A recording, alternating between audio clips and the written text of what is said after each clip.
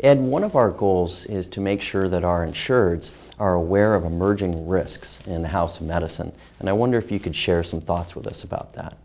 Graham, today in the newspaper we are seeing headlines about the impact of a congressman who used the social media outlet using Twitter to post inappropriate messages, and the use of that, which to him perhaps seemed like it was innocent, has not only changed his career, but it'll change his life forever as a result. And the risks associated with social media and its growing implications in our world have not left our practices untouched. Facebook, Twitter, emails, blogs, any digital representation of your thoughts and words that you're going to post for others to read simply can't be hidden and will have to be paid extra attention in these days. As an example, a pediatric pulmonologist involved in a medical malpractice litigation posted on his blog some comments about the jury during the trial. The next day, the plaintiff's counsel, in spite of the fact that he put this under a pseudonym, the plaintiff's attorneys recognized the case and asked him under oath, "Do you have a blog, doctor?" There was, at the acknowledgement of the comments and recognition of that blog, the case was adjourned and immediately settled. He lost all of his advantage simply because of his inattention to that detail.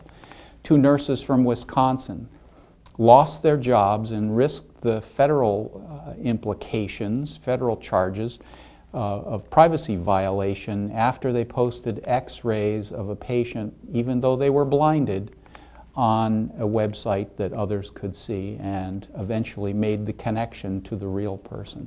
2 physicians in the Philippines who risked suspension of their licenses and damage to their careers and their personal reputation simply as a result of posting what they thought to be as an innocent video of a patient having procedure on YouTube.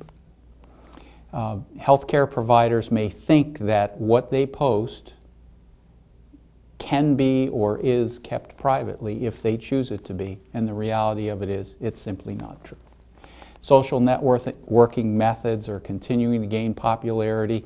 A number of the younger physicians in our practice, they've grown up with this. It's been since high school a communication tool that they were very used to using, and they see it as innocent, and in fact it isn't. And it has to be looked at and considered part of the communication strategies we use, and it has to be paid incredible attention to. Epic distributed an email alert on the impact of social media to our insureds earlier this year. Drafting guidelines for the use of social media by the providers in the emergency department groups is going to be critical to ongoing evaluation of their risk. Providers need to understand how the use of social media is going to have an impact on their practice and their ability to protect their practices.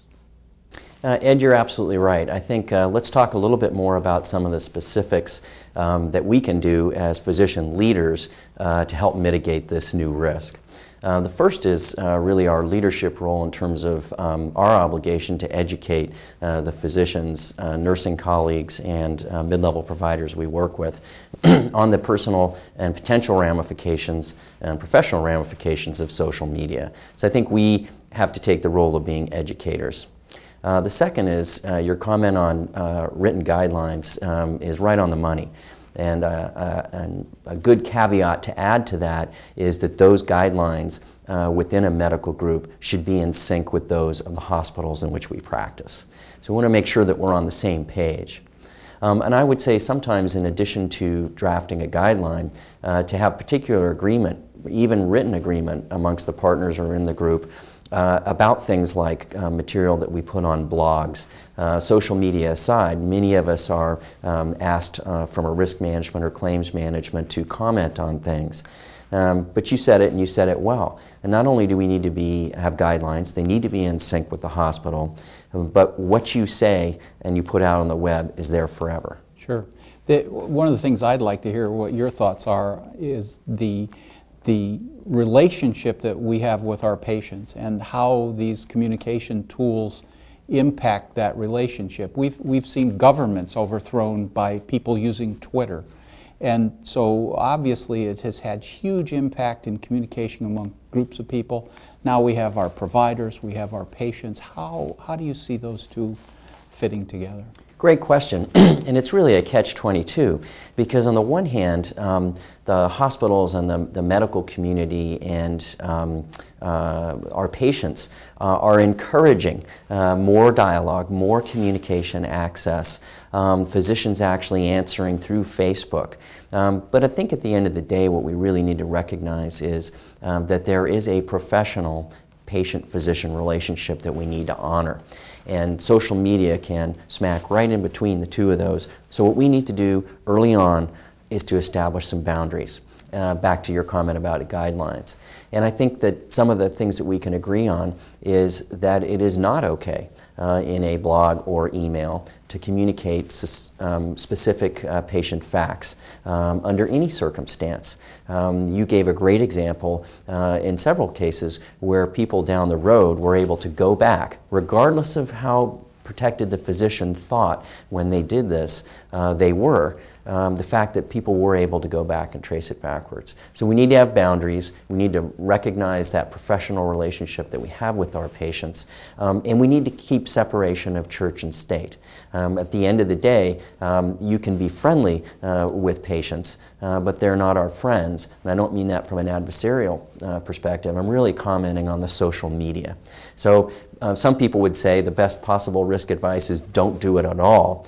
As you pointed out, particularly the younger physicians and nurses in our community have grown up with this.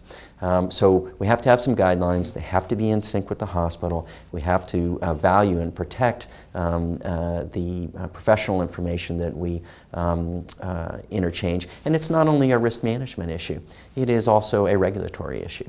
So whether it's going through your server or it's out there on the web, the bottom line is that once you post it out there, it's there forever. So if we were to summarize this and come up with a basic rule for our constituents, the people we serve through Epic, we could say that whatever you write, before you hit the enter button, understand what that's going to do to your risk for not only your patients, but your practice.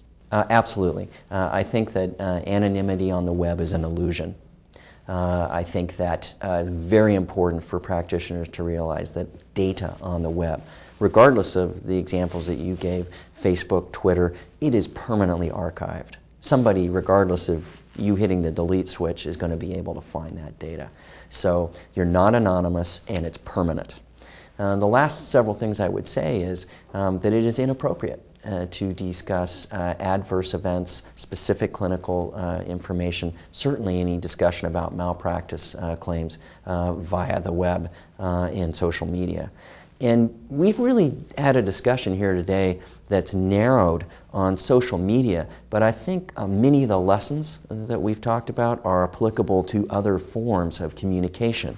We know of lots of cases involving hospitals and practitioners and nursing staff that have to do with laptops, external hard drives, thumb drives, smartphones. So I think these lessons that we're talking about and the way in which we communicate, it not only has professional implications, but it also has regulatory implications.